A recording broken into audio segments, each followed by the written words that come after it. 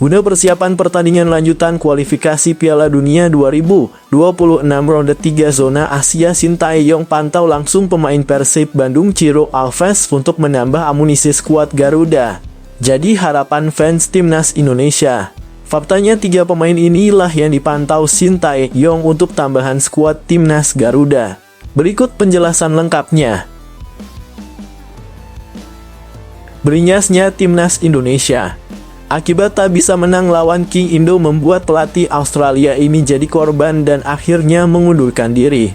Beginilah pengakuan jujur Graham Arnold usai dirinya resmi angkat koper dari kursi pelatih Australia.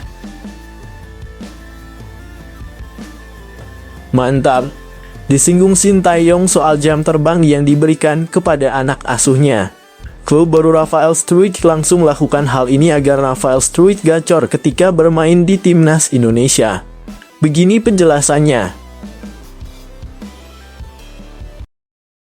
Sebelum lanjut ke beritanya, jangan lupa untuk tekan tombol subscribe agar kamu tidak ketinggalan konten menarik lainnya dari channel Total Timnas. Guna persiapan pertandingan lanjutan kualifikasi Piala Dunia 2026 ronde 3 zona Asia, Sintayong pantau langsung pemain Persib Bandung Ciro Alves untuk menambah amunisi skuad Garuda. Jadi harapan fans timnas Indonesia. Faktanya 3 pemain inilah yang dipantau Sintayong untuk tambahan skuad timnas Garuda. Berikut penjelasan lengkapnya. Pelatih timnas Indonesia Sintayong menyaksikan duel perdana Persib Bandung di AFC Champions League Tour ACL 2. Dalam laga tersebut, Persib Bandung harus takluk 0-1 dari tim tamu asal Thailand, Port FC, di Stadion Sijalak Harupat, Bandung, Jawa Barat, Kamis 19 September 2024. Sintayong ditemani oleh asisten pelatih timnas Indonesia dan terlihat membawa secarik kertas saat menyaksikan duel itu. Kehadiran pelatih asal Korea Selatan itu tidak lain adalah untuk menyaksikan para pemain berlabel timnas Indonesia bertanding. Selain itu, Sintayong juga pastinya ingin memantau pemain-pemain Liga 1 untuk kekuatan tambahan timnas Indonesia dalam melalui lanjutan kualifikasi Piala Dunia 2026 ronde 3 zona Asia. Seperti diketahui, dalam duel itu ada beberapa nama yang kerap dipanggil ke skuad Garuda. Mereka antara lain adalah Mark Klok, Dimas Derajat, Edo Febriansyah. Sementara itu di kubu Port FC ada Asnawi Mangkualam. Saya ingin menyaksikan penampilan Asnawi, Dimas, Edo, dan pemain lain, ujar Sintayong kepada awak media. Tidak hanya memantau para pemain di atas, Sintayong pun mengatakan jika dia ingin melihat pemain U22 dalam laga itu. Sayangnya dalam duel tersebut tidak ada pemain U22 yang dipercaya tampil oleh pelatih Persib, Bojan Hodak. Bojan Hodak hanya mempercayai Beckham Putra yang saat ini berusia 22 tahun untuk bermain dalam laga tersebut. Pemain U22 yang menjadi penghangat bangku cadangan Persib di laga tersebut adalah Robbie Darwish, Kakang Rudianto, dan Ferdiansyah Cecep. Saya juga ingin melihat pemain U22, jadi kami pantau secara keseluruhan, kata Sintayong. Kehadiran Sintayong dalam pertandingan klub-klub Liga 1 ini bukanlah yang pertama kalinya. Pelatih berusia 53 tahun itu sebelumnya juga tampak hadir dalam duel Persija Jakarta kontra Dewa United dalam pekan kelima Liga 1 2024/25. Dalam waktu dekat, Sintayong pun diprediksi kembali menyaksikan laga Pangeran Biru julukan Persib. Ya, Persib Bandung akan melawan Persija Jakarta pada lanjutan Liga 1 2024/25 pekan ke-6. Seperti diketahui di kubu Persija Jakarta, setidaknya ada 3 nama yang langganan dipanggil ke timnas Indonesia. Mereka adalah Muhammad Ferrari, Rizky Ridho, dan Witan Sulaiman. Duel itu akan kembali bergulir di Stadion Sijalak Harupat, Bandung, Jawa Barat, Senin 23 September 2024 pukul 15.30 waktu Indonesia Barat. Semoga saja ya guys, Sintayong bisa mendapatkan amunisi tambahan dari pemain-pemain Liga 1 guna menambah kekuatan skuad Garuda. Menurut kalian sendiri gimana guys? Siapakah pemain Liga 1 yang layak dipanggil untuk skuad timnas Garuda? Coba tulis pendapat kalian pada komentar di bawah ini ya.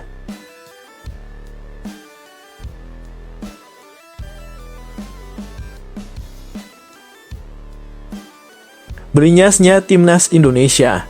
Akibat tak bisa menang lawan King Indo membuat pelatih Australia ini jadi korban dan akhirnya mengundurkan diri.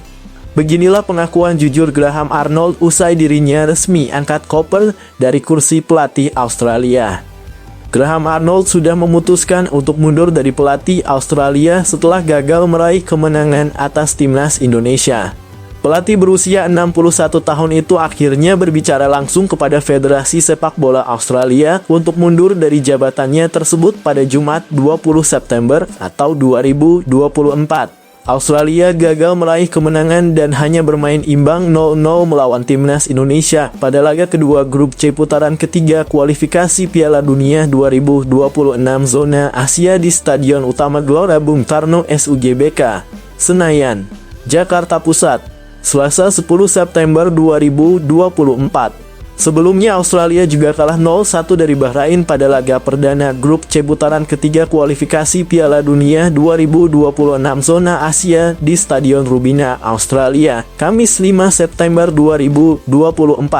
Australia pun kini duduk di posisi kelima klasemen sementara grup C putaran ketiga kualifikasi Piala Dunia 2026 zona Asia dengan mengemas 1 poin. Di atas Australia ada Jepang, Arab Saudi, Bahrain, dan timnas Indonesia. Dilansir bolasport.com dari laman Federasi Sepak Bola Australia, Graham Arnold bangga telah menjadi pelatih di negeri kanguru tersebut. Graham Arnold sudah dipercaya menjadi pelatih Australia sejak 2018. Memimpin Australia telah menjadi puncak karier saya dan ini merupakan suatu kehormatan sejati. Saya sangat bangga dengan pencapaian kami, mulai memecahkan rekor, mengembangkan pemain-pemain berbakat, dan menghasilkan sejarah masuk ke Piala Dunia. Setelah mempertimbangkan dengan cermat, saya yakin inilah saatnya ada pelatih baru untuk memimpin Australia ke depan, kata Graham Arnold. Graham Arnold mengucapkan rasa terima kasih yang sebesar-besarnya kepada para pemain dan staf pelatih Australia. Tanpa kerjasama itu, namanya tidak akan besar dalam dunia persepak bolaan Australia. Saya juga mengucapkan rasa terima kasih kepada supporter yang telah mendukung kami selama ini. Saya yakin Australia akan mempunyai masa depan yang cerah, kata Graham Arnold. Saya telah mengabdi selama 40 tahun untuk sepak bola Australia, dengan 6 tahun terakhir bertindak sebagai pelatih kepala. Kata Graham Arnold, ia sudah ingin mundur dari pelatih Australia setelah melawan timnas Indonesia. Ia sempat berpikir panjang langkah yang tepat untuk kariernya dan masa depan sepak bola Australia. Saya mengatakan setelah pertandingan melawan timnas Indonesia bahwa saya harus mengambil keputusan. Setelah melakukan refleksi mendalam, firasat saya mengatakan bahwa ini waktunya melakukan perubahan baik untuk dari saya maupun programnya, kata mantan pelatih Australia U-23 itu.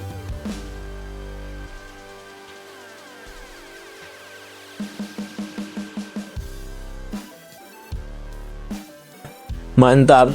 Disinggung Sintayong soal jam terbang yang diberikan kepada anak asuhnya. Klub baru Rafael Struijk langsung melakukan hal ini agar Rafael Struijk gacor ketika bermain di timnas Indonesia. Begini penjelasannya, menit bermain yang kurang juga disebut-sebut sebagai salah satu alasan mengapa Rafael Struijk memilih hentang dari kasta kedua Liga Belanda dan merapat ke Brisbane Roar FC. Bersama Ado Den Haag senior, sang pemain hanya tampil 11 kali. Diketahui striker andalan timnas Indonesia itu resmi diperkenalkan sebagai penggawa The Roar pada Senin kemarin. Kedatangan Rafael Struijk di A-League mendapat sambutan beragam dari para supporter skuad Garuda. Banyak yang mendukung, tetapi ada juga yang khawatir Struijk kesulitan bersaing. Namun pelatih Sintayong menyebut bahwa keputusan pemain asuhannya untuk bergabung ke Brisbane Roar FC adalah pilihan yang tepat. Dengan catatan Rafael Struijk bisa bermain reguler dan mendapat banyak kesempatan di atas lapangan. Menariknya, baru-baru ini klub baru Struijk mengumumkan 3 nama pemain yang dilepas. Melansir laman suara.com, 2 dari 3 pemain yang hengkang dari Brisbane Roar FC berposisi sebagai penyerang. Kedua nama yang dimaksud adalah Jesse Lofthuse dan Rian Brownlie. Sedangkan Rian Letlaan merupakan bek. Dalam pernyataannya, The Roar turut menyampaikan salam perpisahan. Brisbane Roar ingin mengonfirmasi kepergian Jesse Lofthuse, Rian Brownlie, dan Rian Letlaan dari skuad. Semua orang di Brisbane Roar berterima kasih kepada ketiga pemain atas kerja keras dan kontribusi mereka di klub serta mendoakan yang terbaik untuk mereka di masa depan. Tulisnya seperti dikutip pada Kamis 19 September 2024. Kepergian dua pesaing Rafael Struijk tentu membuka lebar peluang striker berusia 21 tahun tersebut untuk tampil reguler dan menjadi starter di Liga Australia. Jam terbang yang apik nantinya akan memberi pengaruh atau dampak positif juga terhadap skuad Garuda. Rafael Struijk harapan lini depan timnas Indonesia. Termasuk salah satu pemain yang kerap diandalkan oleh Shin Tae-yong, tak bisa ditampik bahwa Rafael Struijk memiliki peran krusial untuk kubu skuad Garuda. Meski lini depan kerap menjadi sorotan karena dinilai masih tumpul, tetapi Struijk memiliki fleksibilitas yang bagus. Bahkan Brisbane Roar FC menyebutnya sebagai penyerang serba bisa. Pengalaman berkarir di Liga Australia diharapkan dapat meningkatkan kualitas Rafael Struijk sehingga nantinya mampu menambah daya gedor pasukan merah putih di berbagai kompetisi yang akan dihadapi.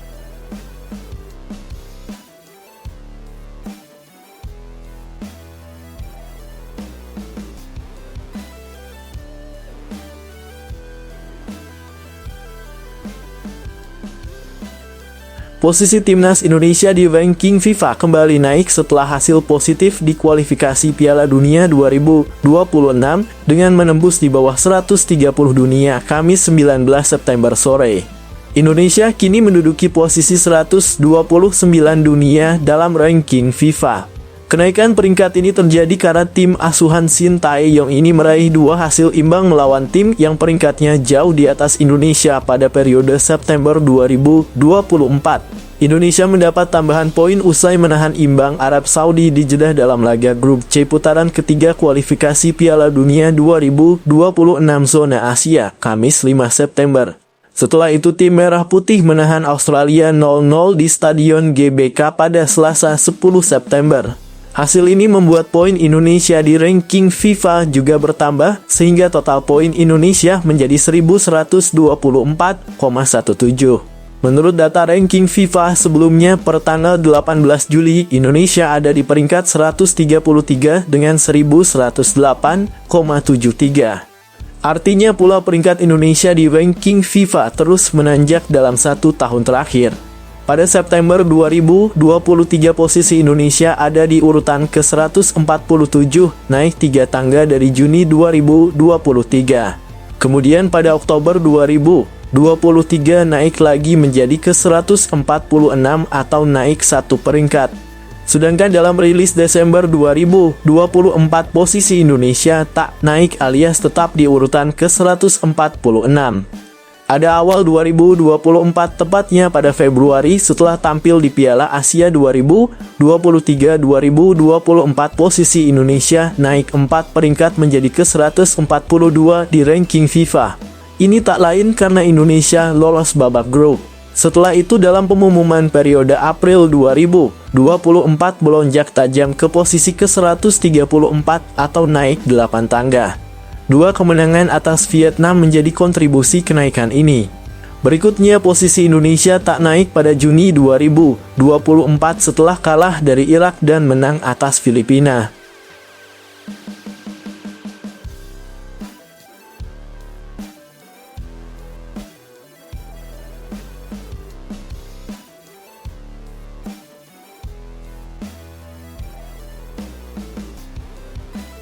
Presiden FIFA Gianni Infantino akan turut menghadiri peresmian Training Center TC Timnas Indonesia di Ibu Kota Nusantara IKN pada 11 Oktober 2024. Itu dikonfirmasi Ketum PSSI, Erick Thohir. PSSI Erick Thohir menyampaikan hal tersebut saat mendatangi kantor Direktorat Jenderal Imigrasi Kemenkumham, Jakarta, Kamis 19 September 2024. Gianni dijadwalkan menjadi salah satu tokoh yang datang selain Presiden RI Joko Widodo. Insya Allah Pak Menteri Menkumham Supratman Andi Aktas nanti bersama Pak Presiden dan tentu akan hadir. Presiden FIFA insya Allah mendarat dari hasil ASEAN Summit tanggal 10 September, kata Erick Thohir. Lalu nanti pembukaan training yang ada di sana itu tanggal 11 training center yang ada di IKN sekalian tanda tangan yang namanya official opening ya. FIFA juga akan mendatangi, ujarnya menambahkan. FIFA dilibatkan karena dana pembangunannya turut dibantu dari Badan Sepak Bola Dunia itu.